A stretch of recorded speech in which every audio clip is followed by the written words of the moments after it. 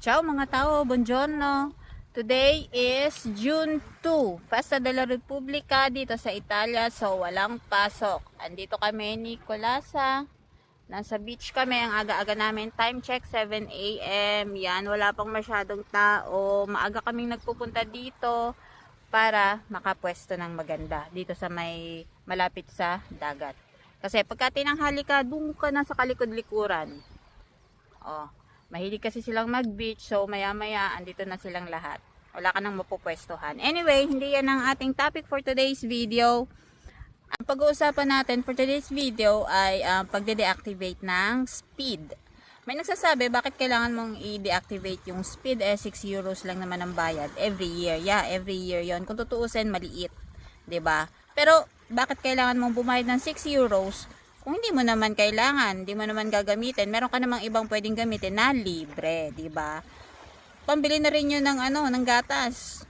Why spend? Sa hirap ng buhay ngayon, every cents count.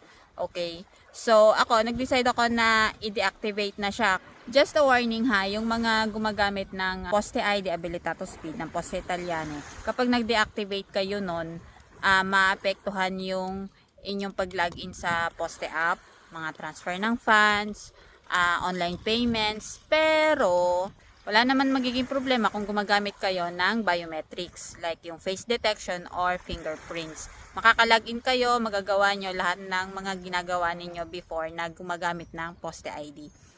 At kung paano naman i-deactivate ang inyong speed, ti spiego. Magpunta lamang sa inyong Poste ID app and mag-login. Dito nyo rin makikita yung iskadensa ninyong speed. Kapag ka nag-skadi na yan at gusto ninyong mag-renew, magbabayad na kayo upon renewal. I-click lang ninyo yung icon sa upper right, then revoke a credentiali. Then lalabas itong modulo na to, ito yung sasagutan ninyo para i-send via email. Pwede nyo itong i-print, then sagutan ninyo, pirmahan ninyo, then picture na lang, or kung meron namang S Pen yung inyong mga phone, pwede rin naman dyan yun na lang din sagutan. Ganun yung ginawa ko. Then screenshot. Pwede naman yung ganun para hindi na kayo mag-abala na mag-print pa, ba diba?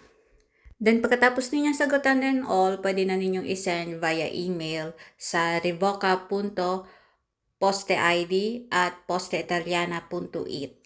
Then, attach nyo lamang yung inyong modulo na sinagutan, karta identita at codice fiscale. Sa akin, after 3 days sila nag-reply na sinasabing, after 5 days, marirevoke ka na yung aking speed. And ganun lang kadali, nakalibre ka na sa pagbabayad ng speed. Gumamit ka na lang ng karta identita elektronika, libre pa.